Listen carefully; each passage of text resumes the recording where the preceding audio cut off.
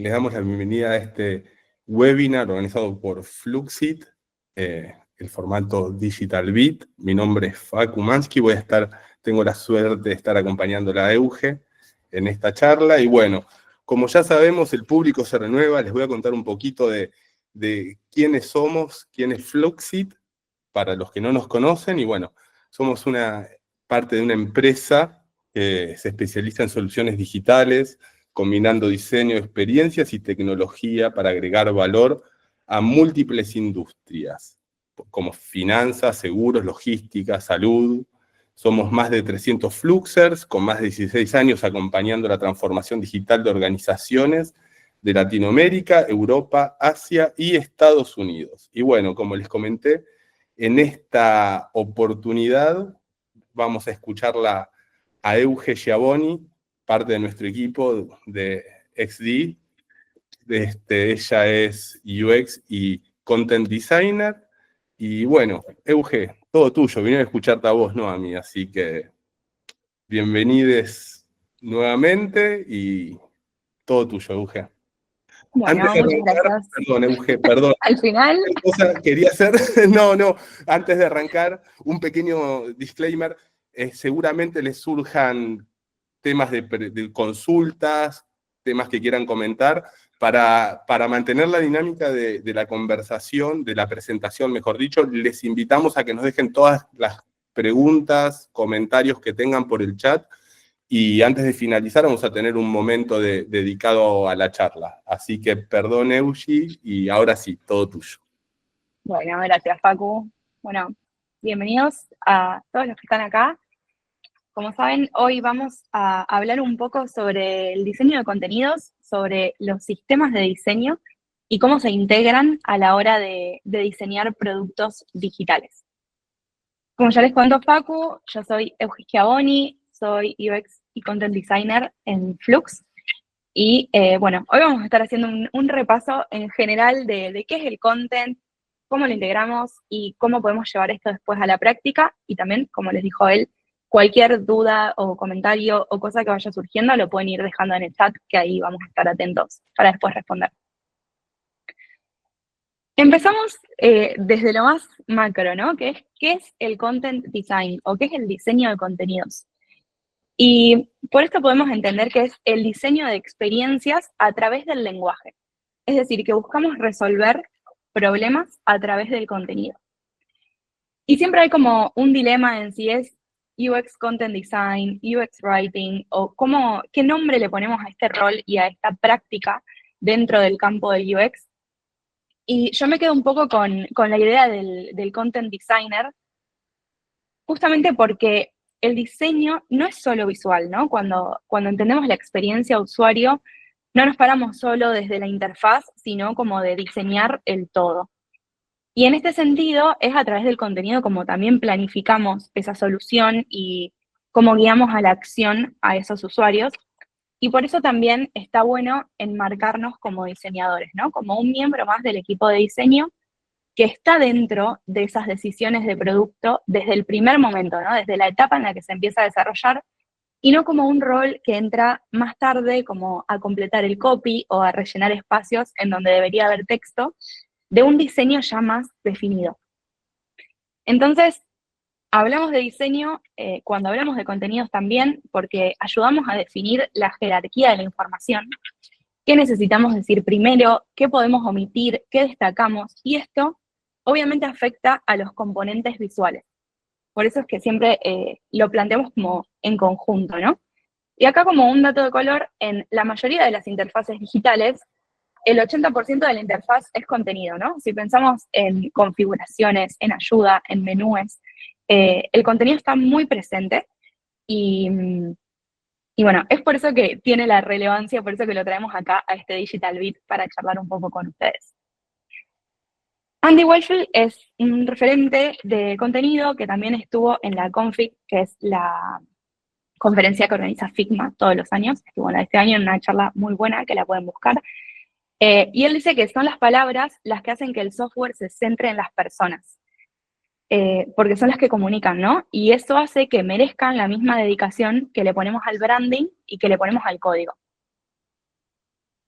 Esto nos lleva como a preguntarnos, ¿no? ¿Por qué es tan importante diseñar con contenido real? Si tenemos el lorem ipsum, que nos puede salvar, que nos rellena ya el cuadro de texto que queríamos poner y podemos seguir con el diseño.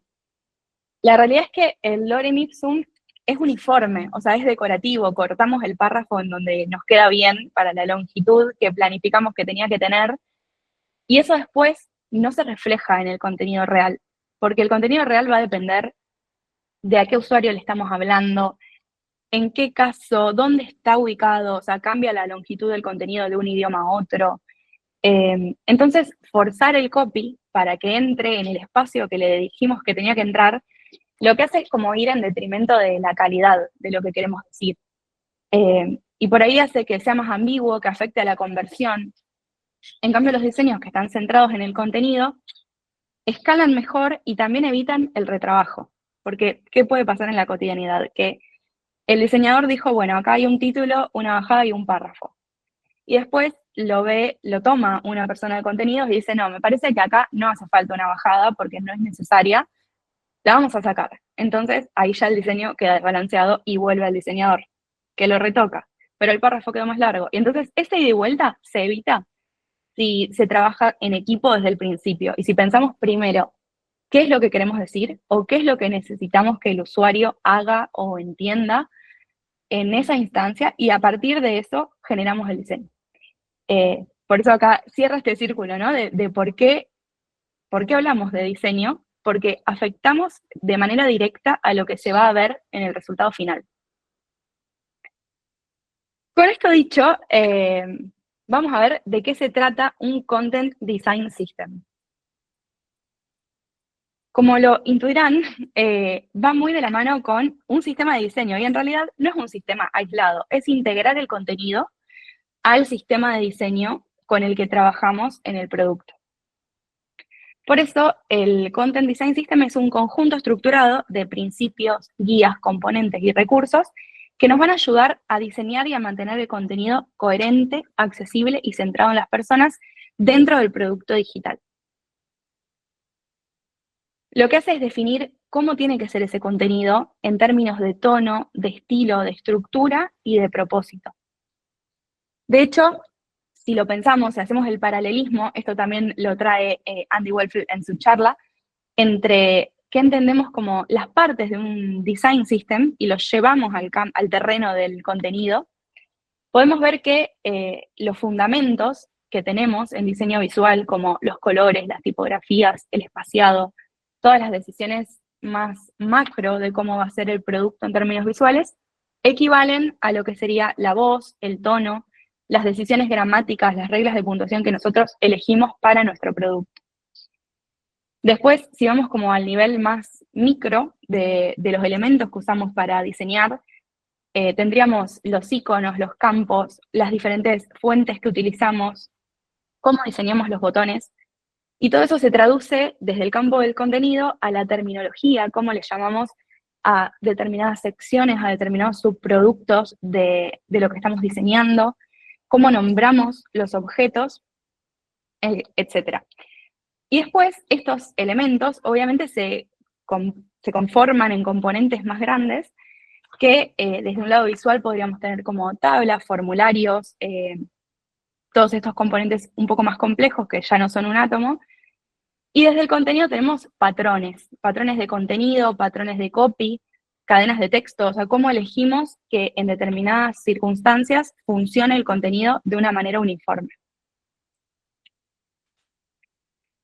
Todo esto, obviamente, trae beneficios a la hora de diseñar, como estuvimos mencionando, que es que primero nos va a dar consistencia, o sea, va a garantizar que la voz, el estilo y las decisiones que tomamos a la hora de escribir en nuestro producto sean uniformes en todo el contenido. Y esta coherencia ayuda mucho a reforzar la identidad de marca, pero también a generar confianza en los usuarios y a hacer que las personas comprendan mejor que se encuentran dentro del producto, que todas las secciones que navegan pertenecen a lo mismo, y también llevándonos más a la voz y el tono, a entender que es parte de un ecosistema más grande como la imagen de la marca, cómo la marca se comunica en otras plataformas que no sean propiamente su producto digital, y eso hace que todo sea consistente.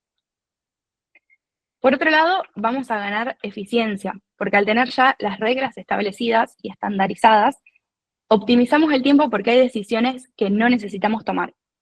Al estar documentadas en el sistema, cuando no estemos seguros de qué queremos escribir o cómo lo queremos escribir, podemos volver esas reglas y eso ya nos va a ayudar a no tener que estar trabajando tanto sobre un mismo contenido. Y por último, lo hace escalable, porque a medida que la empresa crece o el producto crece o genera subproductos, lo que hace es que permite que haya un marco en el que se pueda ir adaptando y pueda seguir manteniendo esa coherencia del relato y de la forma en la que habla a través de todas las secciones, de todas las plataformas y de todas las áreas. Hasta acá, venimos bien. Facu, ¿cómo venimos? Vayan 10 tienen. puntos venimos. Por ahora no tenemos consultas, así que les invitamos Perfecto. a que dejen lo que quieran en el chat para verlo después. Cualquier cosa van comentando y Facu me puede parar o después lo vemos. Así no los canso tanto hablando de corrido. Pero bueno, si no hay dudas, seguimos.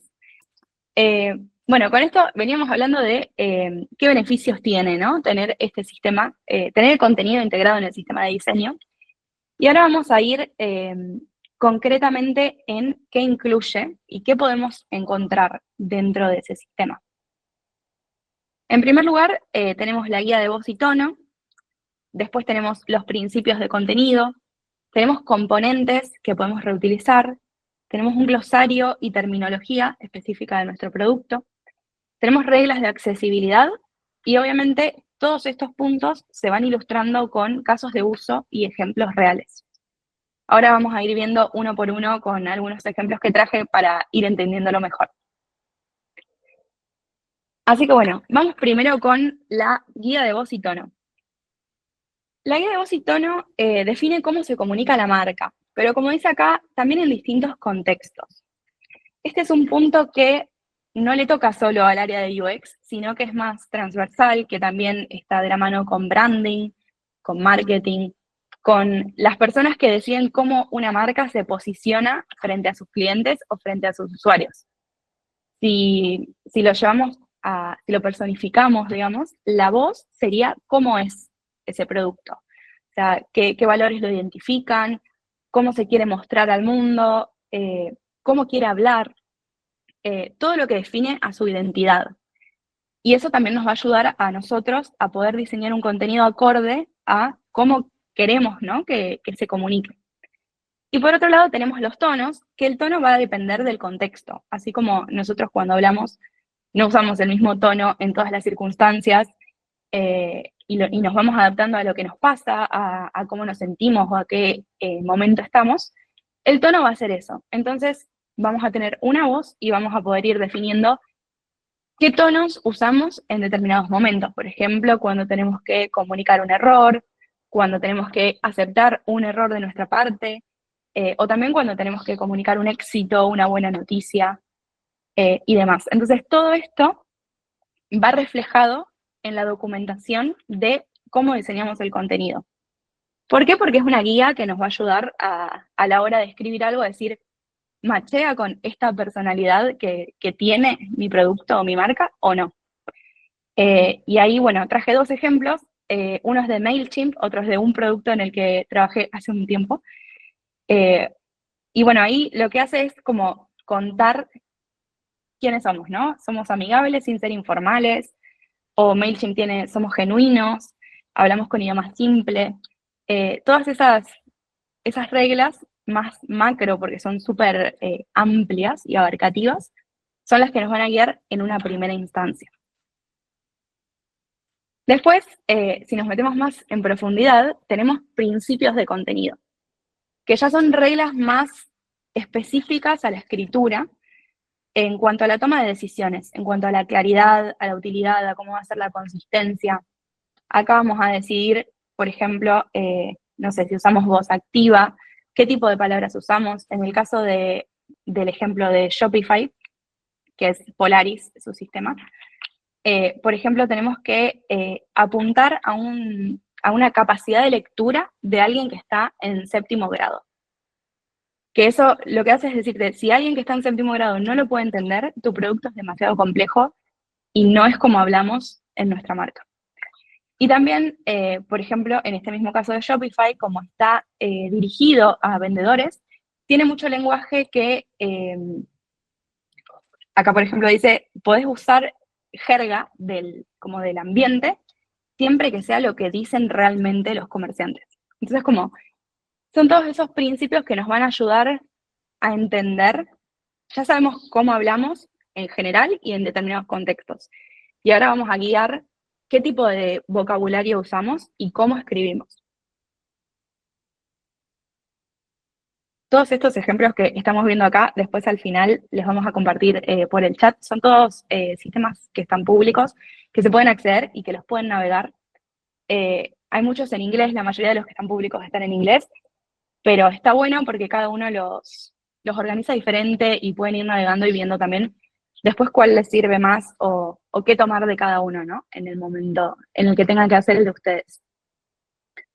Bueno, como tercer punto, nombramos los componentes de contenido reutilizables. ¿A qué nos referimos con esto? Hay algunos patrones que van a ser comunes a nuestro producto y que van a aparecer en distintos momentos, en distintos flujos, y a veces una vez que los estandarizamos, nos ayuda a evitar ese retrabajo y a ver cómo lo pongo y ya está hecho. Y después, si no pasa que está distinto en distintos lugares, queda inconsistente. Y también puede llevar a que el usuario dude de si lo decía distinto en otro lado, ¿por qué acá me lo dice así? Entonces, lo mejor es cuando podemos estandarizarlo, documentarlo y bajar ya cómo lo vamos a escribir. E incluso si podemos, y si tenemos los componentes ya en Figma, en nuestro sistema de diseño, ponerle texto real. O sea, no traer un lorem ipsum de que se está cargando, sino, por ejemplo, podemos dar la instrucción concreta de qué se escribe ahí. En este caso, estamos, verbo en gerundio, ando, endo, estamos cargando, estamos buscando, estamos trayendo, y lo que sea, tus contactos, tus productos, tus compras. Esto hace que a la hora de diseñar, si un diseñador tiene que armar una pantalla y no hay un contenidista cerca al que le pueda preguntar, o quizás tampoco es necesario porque ya lo documentamos, pueda completarlo con la acción que corresponde a la pantalla que está diseñando sin tener que hacer ese ida y vuelta. Lo mismo pasa en este caso de un upload box, en donde el mensaje de cuando todavía no arrastraste ningún archivo ya puede estar predeterminado, el mensaje de que se cargó correctamente también, y el mensaje de error también. Entonces, tener contenido real en los componentes que ya tenemos en Figma ahorra un montón de trabajo. Seguimos con glosario y terminología. Acá la idea es como poder bajar cómo les llamamos a distintas cosas. ¿Qué acuerdos tenemos de cómo vamos a nombrar elementos? Algunas veces las cosas se pueden decir diferente, podemos decir mail, email, correo electrónico, podemos decir app, aplicación. Entonces, todas esas decisiones de cuándo decimos cada cosa, lo podemos bajar acá. Y también cuando tenemos nombres específicos de nuestro producto, por ejemplo, en la guía de estilo de Apple, te dice cómo usar las mayúsculas y en qué contexto usar el nombre de cada producto. En la guía de MailChimp también te saca algunas dudas de cuándo poner un guión y cuándo no, dependiendo de la palabra que sea. Y también en glosario y terminología, a veces no lo pensamos, pero, por ejemplo, si vamos al caso de Adobe, que también está en su sistema de diseño, todo lo que es menú de todas las herramientas que nosotros usamos y cómo se les llama a cada acción de cada funcionalidad, eso también pasa por decisiones de contenido, y esas decisiones tienen que estar documentadas con un racional para que cuando venga otra persona a hacer el trabajo o el equipo se expanda, pueda tenerlo como guía y no se generen esas inconsistencias. Bueno, pasamos a la siguiente, que es guía de accesibilidad. Guía es como muy amplio, pero la idea es que contemple la accesibilidad, nuestro sistema de contenidos. Que contemple pautas que aseguren que el contenido sea claro, usable y comprensible para todas las personas. ¿Por qué? Porque obviamente esto garantiza que las experiencias digitales sean más inclusivas, que sean más escalables, y también evita barreras en la comunicación. No solo para personas que tengan una discapacidad, sino para usos en contextos cotidianos en los que quizás estamos limitados de manera física o mental porque estamos distraídos, estamos haciendo otras cosas. Entonces, todos estos puntos está bueno tenerlos en cuenta. En este caso, en el ejemplo, se ve chiquito, pero yo se los voy a leer. Traje la palabra número, ¿no? Que a veces tenemos que abreviarla. Y en este caso, la RAE acepta 3 abreviaturas posibles. Las 3 están correctas. Siempre está bueno ir a la RAE o a Fundeu cuando no estamos seguros. Pero bueno, no todas las lee igual un lector. Entonces, lo que está bueno hacer es pasarlo por un lector de pantallas y ver cómo reacciona frente a lo que estamos queriendo escribir. En este caso, la N con el circulito puede leer N grados o puede leer números si lo ve en contexto con un número al lado. Después, yendo al último, num lo lee como número o como num, lo cual lo hace un poco más intuitivo si al lado hay un número, pero NRO no lo leía bien en este caso, o sea, como que decía NRO, lo cual complejiza la experiencia y hace que la persona que está utilizando un lector tenga que hacer un esfuerzo cognitivo extra para entender qué le está leyendo. Entonces, cuando vemos que suceden estas cosas, cuando lo investigamos y ya sabemos cuál es el que funciona, lo podemos documentar y tenerlo también presente en la sección de accesibilidad. También, obviamente, en el uso de verbos, no sé, si decimos ver, mirar, y lo lee un lector, por ahí puede sonar un poco raro, a lo mejor podemos ir más por conocer en vez de ver, por ejemplo. Y también con adjetivos cuando asumimos que algo es fácil, que algo es rápido, que algo es simple.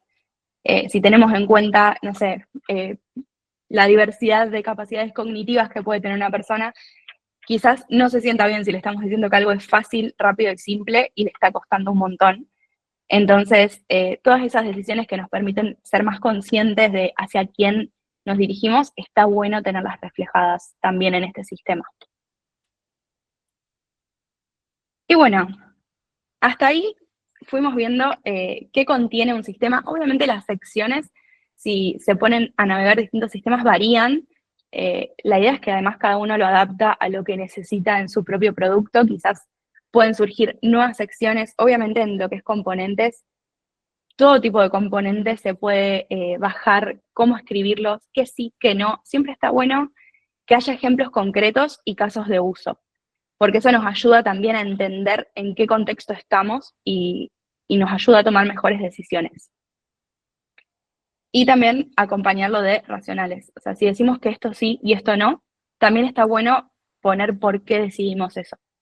Porque eso también nos evita otras charlas de debate de por qué sí, por qué no. Si los racionales están ahí, decimos, bueno, se charló, esto fue la conclusión, esta es la fundamentación y por eso está acá. Bueno, ¿seguimos bien? Están todos muy callados, hay mucho silencio en el chat. O están muy atentos o se fueron. Bueno, ahí está, ahí veo manitos. Sí, ahí ahora en un rato les vamos a dejar en el chat links a varios de los sistemas de diseño que les estuvo comentando Euge para que puedan profundizar. Bueno, vamos un poco a los primeros pasos, ¿no? ¿Cómo se empieza con esto? Primero, entender cuándo es necesario. Obviamente, siempre está bueno tener decisiones documentadas y eso nos ayuda, aunque estemos trabajando solos, nos ayuda a nosotros mismos en un futuro cuando nos toca agarrar otro flujo u otra sección, a ver qué decisiones tomamos y ya tenerlas ahí.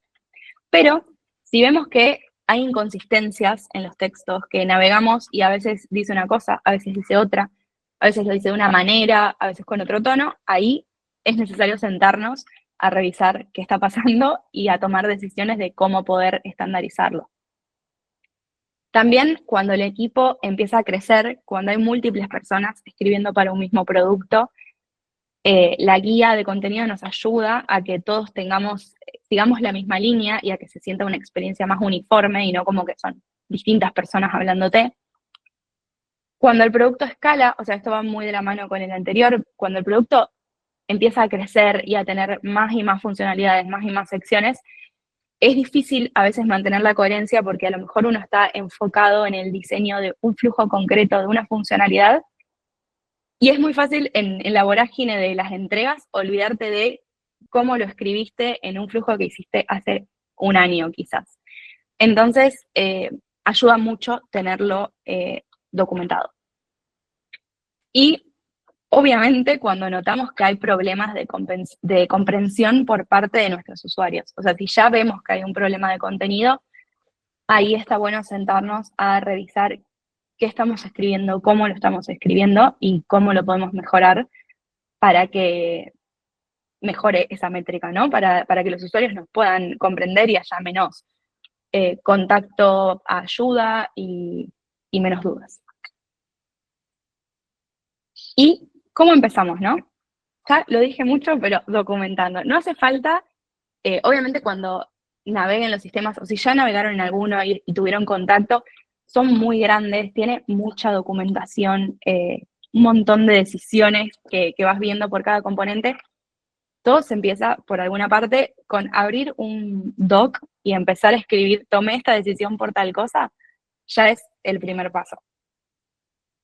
Después, el segundo es empezar a identificar patrones repetidos, o sea, analizar en qué cosas podemos ya estandarizar estas decisiones para que no sea necesario revisarlas cada vez. Por ejemplo, en los feedbacks, en los formularios, en estos elementos que se van repitiendo pantalla a pantalla y que nos ayuda un montón poder tener algo transversal que nos guíe a la hora de escribirlos.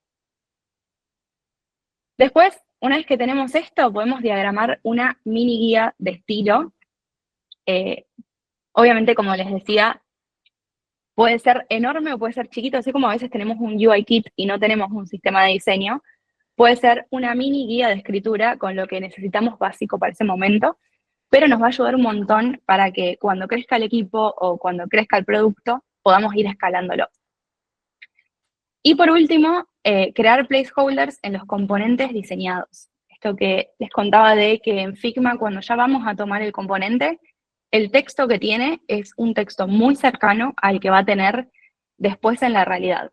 Y esto también ya adelanta decisiones y ayuda a que no haya tanto ida y vuelta. Acá están un listado de las guías que después les vamos a compartir. Tenemos MailChimp, Apple, Shopify, IBM, Material, que es la de Google, Adobe, Atlassian, Uber y UK Government, que es una guía pública del gobierno del Reino Unido, que está bueno también porque no hay muchas así que sean como de entidades públicas y que estén accesibles. Así que eso es lo que les vamos a estar compartiendo en un ratito. Y bueno, como conclusión y como resumen, y ahora ya escucho preguntas, lo que hacemos con un Content Design System es ganar eficiencia y ganar consistencia, pero también construir una voz compartida que potencie tanto al producto como a la experiencia de los que lo están usando.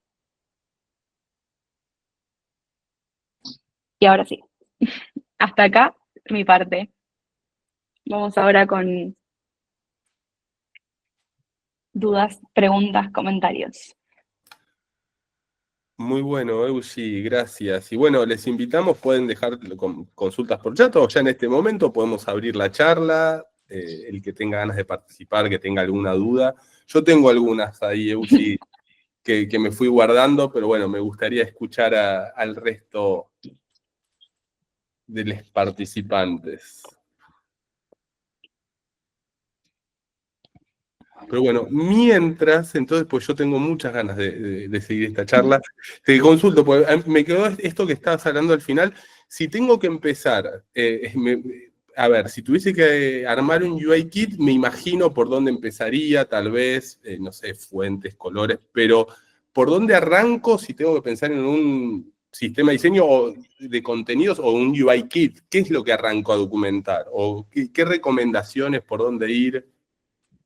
Bueno, para mí, primero está bueno consultar si alguien ya armó la voz de la marca o de la empresa, porque muchas veces, como les decía, lo tiene marketing, branding, o sea, está dando vueltas por ahí, si la empresa tiene redes sociales, o sea, seguramente hay algo bajado de identidad, entonces está bueno tomar eso como base y después ir pensando, así como en el UI Kit vamos como con los componentes que tenemos que tener en el momento, de esos componentes, ¿qué podemos documentar? Quizás empieza con algo súper simple como, no sé, en los botones solo la primera palabra está con mayúscula. Porque en inglés pasa, por ejemplo, que cada palabra empieza con mayúscula y en español es la primera, a la hora de botones o títulos. Entonces, todas esas decisiones, ¿usamos punto final en un título, sí o no? ¿Puntuamos los botones, sí o no? Eh, y así sucesivamente, y eso ya nos va ayudando. Podemos tenerlo en un Word, podemos tenerlo en Figma, en la herramienta que nos quede más cómoda y en la que documente el equipo, siempre, siempre está bueno. O sea, podemos ir empezando por cosas chiquitas y ya se va sumando. Cuando nos damos cuenta empieza a crecer. Excelente. Mira, acá Betsabe tiene una pregunta. Se disculpa que no tiene el micrófono puesto, aparte cada uno puede participar por el medio que quiera. Bueno, vamos a la pregunta. ¿Trabajan junto con diseño para hacer el design content? ¿En qué momento los incluyen a los diseñadores? Súper interesante. Sí, o sea, la realidad es que es mano a mano. O sea, obviamente, desde el lado de diseño, por ejemplo, pueden diseñar el componente, pero está bueno que antes de tomar decisiones, alguien de content esté presente para decir, bueno, ¿en qué contexto se usa este componente? ¿Qué vamos a querer comunicar con este componente y para qué? Entonces, en base a eso, ya podemos ir tomando decisiones conjuntas de cómo hacerlo. Por ejemplo, podemos tener un componente, no sé, un pop-up de confirmación, que el componente indica que tiene título, bajada, botón principal y botón secundario. Esa decisión la puede tomar directamente diseño, pero desde content podemos decir, ok, el título es siempre necesario, pero la bajada la ponemos solo si hace falta. Entonces, ahí es como una decisión conjunta de cómo armarlo. Del lado de diseño arman todas las posibilidades y del lado de contenido documentamos, perfecto, están estas opciones, las usamos si son necesarias. Porque muchas veces pasa, por ejemplo, que terminamos como parafraseando cosas en la bajada por usarla, porque está ahí, y a veces realmente no suma concretamente a lo que tenemos que decir.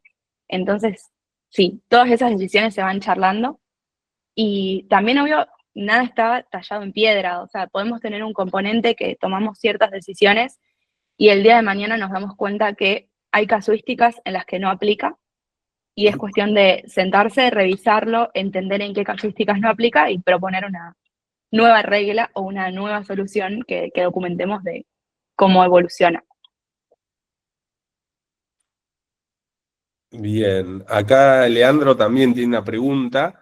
A ver, ¿cómo gestionamos la inversión de tiempo en copy de calidad, en proyectos que no solo no tienen algo marcado de base, sino que tienen muy poco tiempo y quieren todo para ayer? Proyectos donde los tiempos de desarrollo están muy cercanos o casi en simultáneo a las iteraciones de diseño. Me pasa mucho con varios clientes donde trabajo que siempre necesitan todo para ayer, así que está difícil que se llegue al copy como una de las prioridades. El todo para ayer es terrible. El todo para ayer y el copy para el final, son dos cosas que pasan mucho.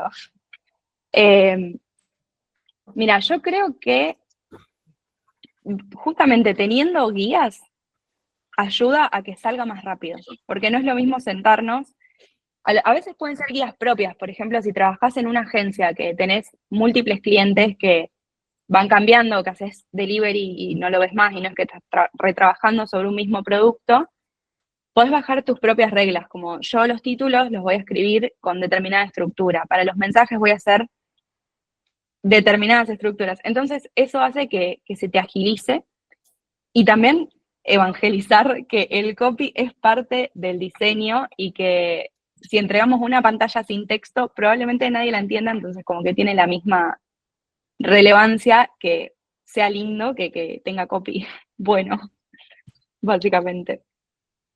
yo ahí me quedé un poco pensando entre esta pregunta y la anterior, porque hablamos de el diseñador de contenidos, pero también hay una tercera pata que también son los stakeholders o las personas que trabajan sobre el producto y cuando vienen tal vez, no sé si con imposiciones, pero bueno, con demandas específicas, pues ahí me imagino que entra otro tipo de negociaciones o no quiero decir conflictos, pero no, tiene que, para este componente necesito 50 caracteres, no, pero tengo este texto de 300.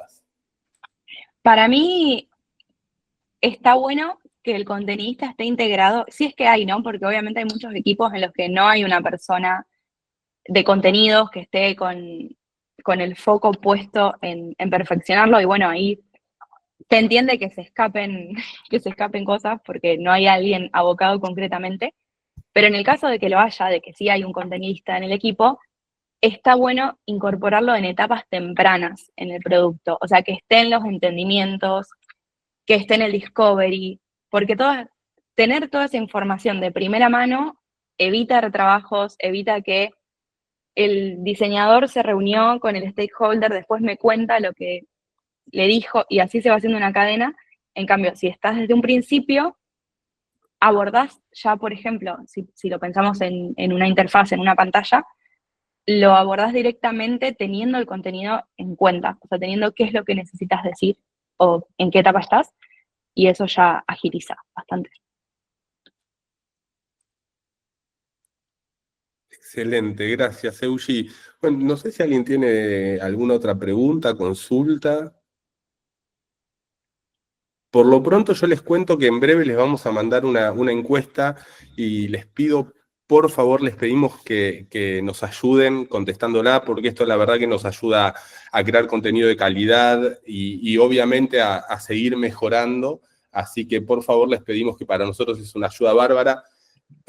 Bueno, acá tenemos otra pregunta de César. Gracias, César. ¿Estaría bien incorporar inteligencia artificial para ayudar a generar contenido? Más que nada para seguir con el mismo tono.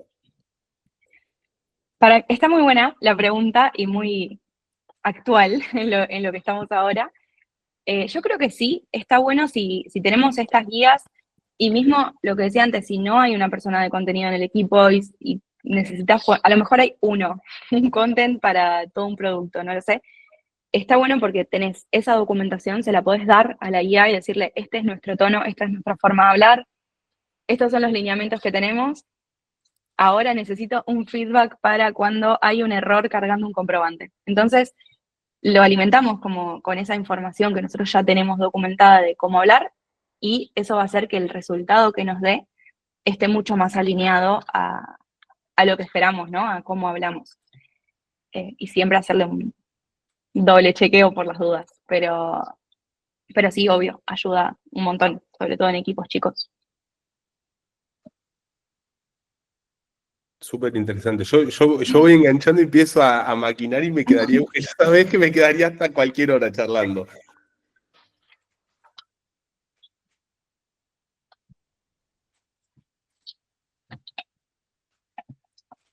Por nada, César, un placer. Y bueno, no sé, gente, si alguien tiene alguna otra consulta, algo que nos quieran contar, algo que para continuar.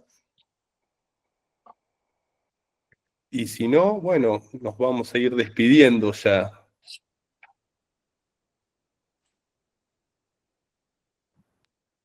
Bueno, yo voy a tomamos este silencio, ¿no? Como el final Como de que la no hay más dudas. sesión. Muy Pero bueno. bueno, Euge, todo Gracias. tuyo, el cierre, obviamente. Yo estuve acá de acompañante nomás, así que. Bueno, muchas gracias a todos por venir, por quedarse en esta charla. Cualquier duda, comentario, sugerencia que tengan, ahí tienen mis redes, tienen también la página de Flux, donde nos pueden encontrar, así que quedamos atentos. Muchas gracias a todos. Y bueno, si les surgen dudas o consultas, quieren seguir la charla, les invitamos a participar a través de nuestro sitio web o a través de las redes. Y bueno, muchas gracias a todos.